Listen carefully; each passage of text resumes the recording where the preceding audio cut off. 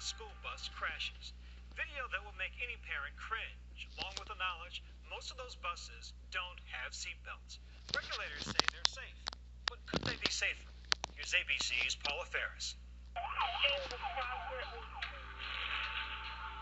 Accidents like these unfold in just a fraction of a second. Everybody all right? But the images of mangled buses and shell-shocked students linger long after school bus crash sites have been cleared. Which is why we're here to watch 9 tons of steel smash to a standstill. With high-speed cameras, this team of engineers is able to freeze time, to analyze in remarkable detail what happens when a school bus crashes to the vehicle and its precious passengers who, more often than not, aren't wearing seatbelts. We can do better when it comes to safety. That's how we learn, is actually crashing buses and evaluating, studying the films.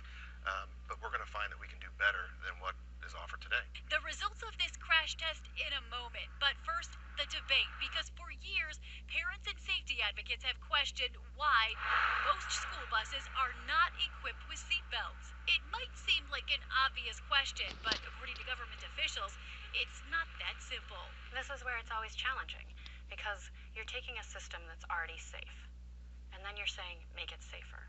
But what you don't want to do is have any unintended consequences. Nearly 24 million students commute on school buses every day. 1,000 are injured, and an average of 5 are killed in crashes. 911, where's your emergency?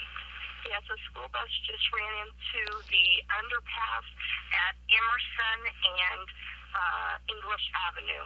But when tragedy strikes, like on this morning in Indianapolis, Was there any kids on the bus? Yes.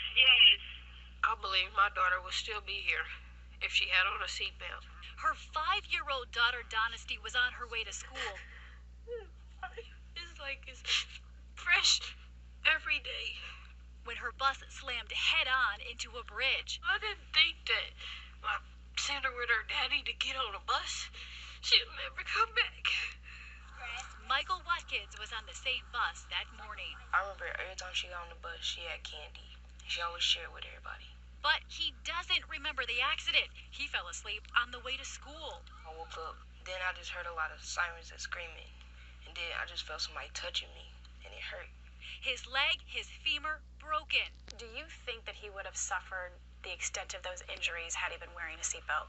All I know is he wasn't in one, and he ended up with a broken femur, 2 surgeries, a wheelchair, walker, therapy. U.S. regulations only require seatbelts on school buses under 10,000 pounds, and only 6 states require all school buses to be equipped with seatbelts. A big difference from many click-it or ticket laws across the nation that require us to belt up in cars. When you get in your mom's car, what's the first thing you do? I put on my seatbelt. But you don't have to wear a seatbelt on the school bus. Does it make sense to you? No. If you're gonna wear a seatbelt in the car, you gotta wear it on the bus too. But there's not one on the bus. That's because school buses have been specifically designed to protect children without the use of seatbelts. We're talking about engineering concepts and physics concepts. The National Transportation Safety Board, the NTSB, does not make policy, but Chris Poland is part of their team that investigates serious school bus crashes and makes safety recommendations.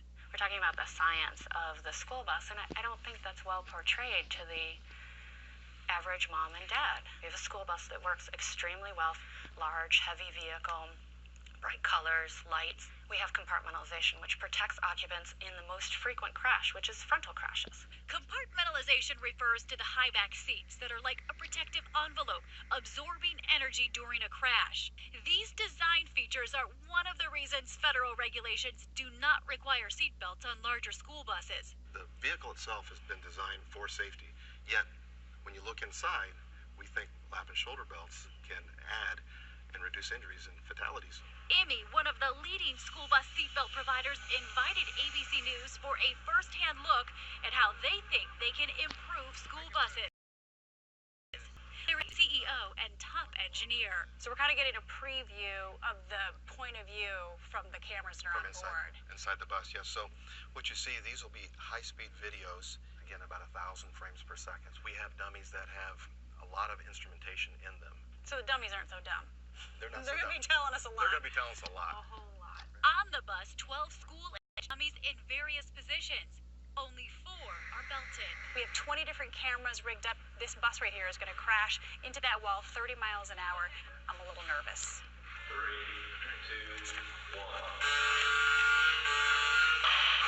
Oh my gosh. So let's see the extent Take a of the look. damage. This kid that was leaning over, look at what he did to the seat. He bent the seat in half. When the occupant hits the back, it does deform and absorb energy. That seat back doing what it's designed to do. But when they're out of their compartment or when they're not properly faced, they're going to come out of their compartment. Using an industry measurement called injury criteria, Emmy says the crash test dummies without restraints fare much worse than the ones belted in. Lap and shoulder belts reduce injuries by 50%. Not just frontals, but all forms of accidents. 50%? That's a statistic that NHTSA has. If you're in a side impact and you're restrained, that's going to be better than being unrestrained and just thrown. And Emmy says this is especially apparent in more uncommon accidents like side impacts and rollovers. This is very dramatic. They're thrown throughout the vehicle and they hit hard surfaces or the roof of the vehicle. Seatbelts save lives.